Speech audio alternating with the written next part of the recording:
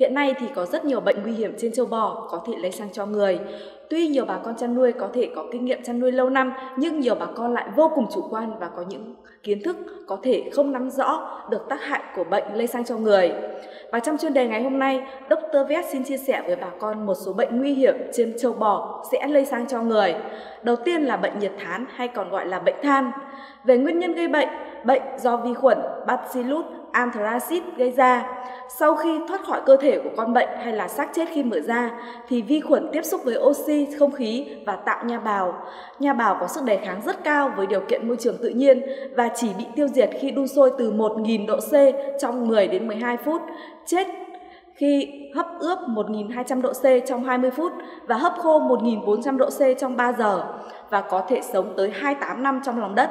Bệnh nhiệt thán gây bệnh ở trên người và gia súc ở khắp mọi lục địa trên thế giới, và ở Việt Nam thì bệnh nổ ra ở khắp mọi miền, từ những ổ dịch hay là mộ chôn gia súc bệnh từ mấy chục năm về trước. Về bệnh tích, sau khi chết thì bụng trương to, lòi giom và lè lưỡi. Các lỗ tự nhiên như là mồm, mũi, hậu môn, âm hộ chảy dịch nhầy lẫn máu đen sẫm. Xác chết thì nhanh chóng bị thối rữa và có hiện tượng xuất huyết đen trên khắp cơ thể, nhất là ở vùng phổi và màng bụng. Máu không đông khi bị cắt mạch. Về lưu ý là không được mổ xác động vật nhằm tránh cung cấp oxy và tạo điều kiện cho nha bào nhiệt thán phát triển. Xác chết phải được bọc kín trong tấm ni lông, sau đó mang đi tiêu hủy theo quy định.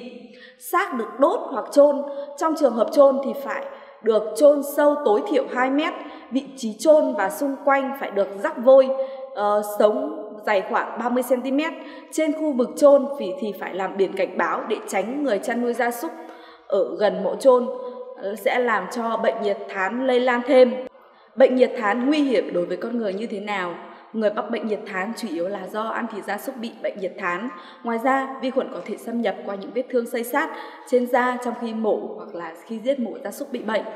Khi bào tử vào cơ thể, chúng sẽ xâm nhập vào phổi, tiếp đó là hạch bạch huyết và rồi phát triển thành vi khuẩn và làm phát tán độc tính ra khắp cơ thể, gây ra những bệnh nguy hiểm nghiêm trọng đến sức khỏe con người.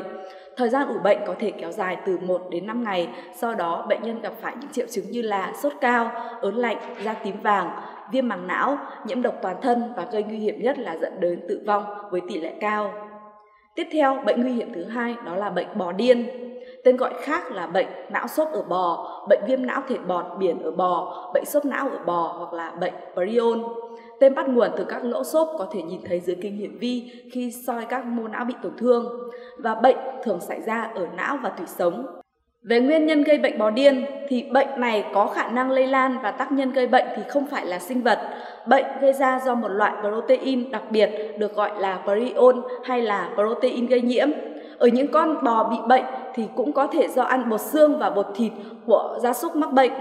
Về triệu chứng khi bò mắc bệnh bò điên thì giai đoạn đầu thì bò sốt nhẹ, rất khó để phát hiện, thì sau đó thấy xuất hiện những rối loạn thần kinh, cảm giác và vận động. Con vật thay đổi tập tính, dễ bị kích động và sợ sệt, mất bản năng sống thành bầy đàn. Khi gặm cỏ thì sẽ tách xa đàn, chân sau yếu và hay ngã. Bò dễ bị kích động bởi các yếu tố bên ngoài như là ánh sáng, âm thanh và các yếu tố cơ học. Dần dần thì con vật sẽ gầy yếu, giảm khả năng sản xuất sữa, hung dữ và run rẩy, lao đầu vào tường, ngã lăn và cuối cùng là bại liệt mà chết. Mối nguy của bệnh bò điên đối với con người là bệnh lây sang cho người thông qua việc ăn các sản phẩm của bò bị mắc bệnh bò điên, đặc biệt là não và tủy sống và nội tạng của bò. Khi người bị mắc bệnh thì có bệnh lý thần kinh gây chết người, biểu hiện là sa sút trí tuệ nhanh, rung giật cơ và đi đứng loạng choạng. Bệnh lý này thường có 3 dạng là dạng lây nhiễm thông qua protein độc prion, hoặc là do di truyền nhiễm sắc thể thường, và dạng xuất hiện một cách ngẫu nhiên rải rác. Tiếp theo về bệnh thứ 3, bệnh nguy hiểm từ bò lây sang cho người, đó là bệnh khí thán. Về nguyên nhân gây bệnh do một loại trực khuẩn yếm khí gây ra, với biểu hiện triệu chứng và bệnh tích điển hình là sưng bắp thịt có khí, gọi là khí thán. Vi khuẩn gây bệnh có hình thành nha bào hay còn gọi là kén ở ngay tổ chức và bắp thịt ở ngoài môi trường. Ánh sáng mặt trời diệt nha bào trong 24 giờ. Trong xác chết nha bào sống được 3 tháng, trong đất ẩm sống được 18 năm.